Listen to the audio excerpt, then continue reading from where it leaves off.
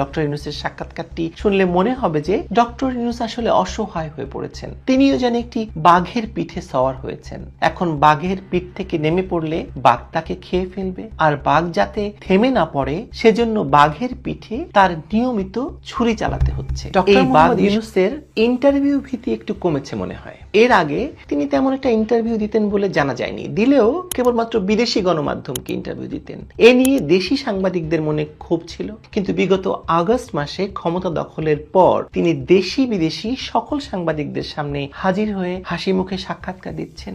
সে কহে বিস্তর মিশা, যে কহে বিস্তর। ফলে এত সাক্ষাৎকারের ম্যাটেরিয়াল বা চমক রাখতে ডক্টর ইউনূসকেও বিস্তর মিথ্যার আশ্রয় নিতে হচ্ছে আজকাল। নইলে দেশের আইন শৃঙ্খলা পরিস্থিতির যে চরম অবনতি হয়েছে সেটা দেশের একটি শিশুও বুঝতে পারলে ডক্টর ইউনূস ও তার প্রেস সেক্রেটারি কেন বুঝতে পারছেন না, সেই প্রশ্ন রেখেই শুরু করি আজকে।